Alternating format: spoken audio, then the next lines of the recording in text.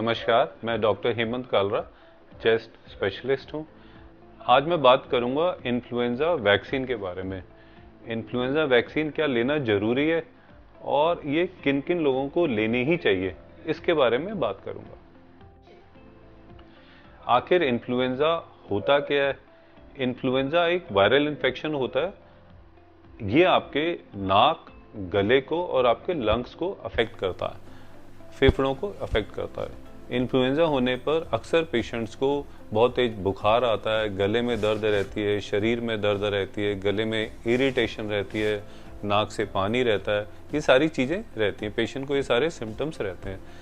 अधिकतर पेशेंट 5 से 7 दिन में अपने आप ही ठीक हो जाते हैं। सिर्फ उनको पैरासीटामोल गोली लेने की ज़रूरत पड़ती है या कोई कफ सिरप लेने की ज़रूरत पड़ती है या कोई एलर्जी की गोली लेने की ज़रूरत पड़ती है। परंतु कुछ पेशेंट में ये बीमारी जो इन्फ्लुएंजा होती है बढ़ जाती है और इस तरह के पेशेंट में हॉस्पिटल में एडमिशन लेना पड़ता है। मैंने आपको बताया इन्फ्लुएंजा होने पर कुछ लोगों को हॉस्पिटल में एडमिशन की ज़रूरत पड़ती है, इसलिए कुछ लोगों में इन्फ्लुएंजा वैक्सीन लेना बहुत ही ज़रूरी होता है। वो कौन से लोग होते हैं? सबसे पहले हेल्थ केयर वर्कर्स, जिनमें डॉक्टर्स, नर्सेज, नर्सिंग होम्स में, हॉस्पिटल में काम करने वाले सारे कर्मचारी, सारे वर्कर्स, चाहे वो लैब में काम करते हैं या ड्राइवर हैं या वार्ड बॉयज़ हैं, जो भी इन्फ्लुएंजा के पेशेंट को ट्रीट करते हैं या हेल्प करते हैं ट्रीटमेंट में, उन सभी को इन्फ्लुएंजा वैक्सीन लेना बहुत ही ज़रूरी होता है। उसके बाद वो सभी लोग जिनको क्रॉनिक प्रॉब्लम्स रहती हैं, जैसे एस्मा रहता है या सीओपीडी है, इंटरस्टिशियल लंग डिजीज़ है, डायबिटीज़ है, कैंसर है, हार्ट की प्रॉब्लम्स हैं, किडनी की प्रॉब्लम है, लिवर की प्रॉब्लम है, इन सभी को भी साल में एक बार इन्फ्लुएंजा वैक्सीन लेना बहुत ही ज़रूरी होता है। तीसरे नंबर पे जितनी भी प्रेग्नेंट फीमेल्स हैं, जो गर्भवती महिलाएं हैं, उनको भी इन्फ्लुएंजा वैक्सीन लेना ज़रूरी होता है। और लास्ट में बच्चे जो होते हैं 6 महीने से ऊपर और 8 साल से नीचे या 65 साल से जो ऊपर के लोग होते हैं, इन सभी को भी वैक्सीन लेना बहुत ही जरूरी होता है। इन्फ्लुएंजा वैक्सीन के बारे में कुछ प्रश्न जो अक्सर लोग पूछते हैं, उनके बारे में बताऊंगा। सबसे पहले वो ये पूछते हैं कि भाई हर साल इन्फ्लुएंजा वैक्सीन लेना जरूरी होता है क्या? बिल्कुल जरूरी होता है, क्योंकि इन्फ्लुएंजा वैक्सीन हर साल बदल जाता है, थोड़ा थोड़ा उसमें चेंजेस आते हैं, कभी कभी ज़्यादा भी चेंजेस आते हैं। इसलिए जो आपने पिछले साल वैक्सीन लगाई है वो आपको अगले साल उतना काम नहीं करती, उतनी इफेक्टिव नहीं होती है। इसलिए हर साल इन्फ्लुएंजा वैक्सीन लेना बहुत ही ज़रूरी होता है। दूसरा प्रश्न ये होता है कि इन्फ्लुएंजा वैक्सीन किसी और वैक्सीन के साथ दी जा सकती है? बिल्कुल दी जा सकती है। हमारे देश में जो वैक्सीन इन्फ्लुएंजा की मिलती है वो बाकी वैक्सीन के साथ भी दी जा सकती है, परंतु अगर आप एक ही टाइम में दोनों वैक्सीन देते हैं तो वो जगह अलग अलग होनी चाहिए। अगर आप इस साइड पे देते हैं वैक्सीन इन्फ्लुएंजा की, तो आप न्यूमोकॉकल या जो भी वैक्सीन और देंगे वो दूसरी जगह पे देंगे। इस बात का ध्यान रखना होता है। इसमें एक और प्रश्न आता है कि इन्फ्लुएंजा वैक्सीन लेने के टाइम आपको कोई सावधानी बरतनी चाहिए?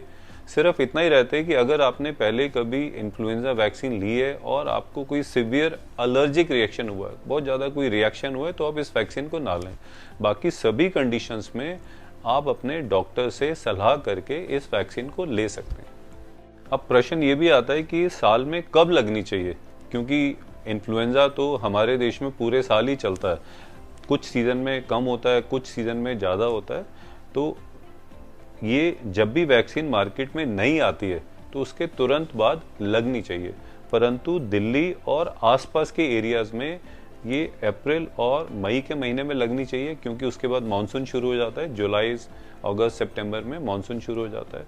कुछ एरियाज़ में हमारे देश में ये सितंबर और अक्टूबर में भी लगाई जाती है, परंतु साल में एक बार लगना बहुत ज़रूरी होता है। और जैसे ही मार्केट में नई वैक्सीन आती है, नए स्ट्रेन के साथ आती है, उसके तुरंत बाद ये वैक्सीन लगनी चाहिए। वैक्सीन लेने से कुछ साइड इफ़ेक्ट्स भी हो सकते हैं क्या?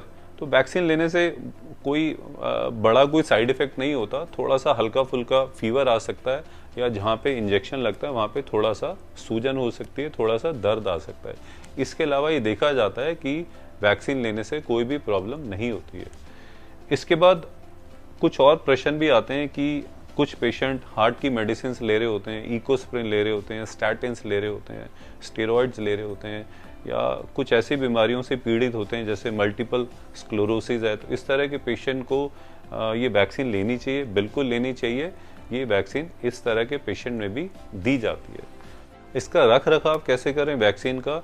इसको हमेशा 2 से 8 डिग्री सेल्सियस टेम्परेचर में रखना होता है। फ्रीज नहीं करना होता, आपको रेफ्रिजरेटर में रखना होता है, ठंडा रखना होता है। आपको कहीं लेके भी जाना है तो आपको आइस पैक साथ में दिया जाता है। आप अगर इसको गर्म जगह पे रखेंगे तो वैक्सीन इफेक्टिव नहीं रहेगी। इसलिए इन्फ्लुएंजा वैक्सीन लेने से ये देखा जाता है कि आपको गंभीर बीमारी होने से बचाया जा सकता है, हॉस्पिटल में एडमिशन से रोका जा सकता है और आप घर पे ही आराम से ठीक हो सकते हैं। इसलिए इन्फ्लुएंजा वैक्सीन खास तौर से जो मैंने आपको हाई रिस्क ग्रुप बताए हैं, जैसे डॉक्टर्स, नर्सेज जो हॉस्पिटल में काम करते हैं, या जो लंबी बीमारी से पीड़ित हैं, एस्मा, सीओपीडी, डायबिटीज़, हार्ट के पेशेंट, गर्भवती महिलाएं और छोटे बच्चे 8 साल से नीचे या 65 साल से ऊपर के जो बुजुर्ग हैं, इन लोगों को खास तौर पे साल में एक बार एनुअल इन्फ्लुएंजा वैक्सीन लेना बहुत ही ज़रूरी है। Thank you.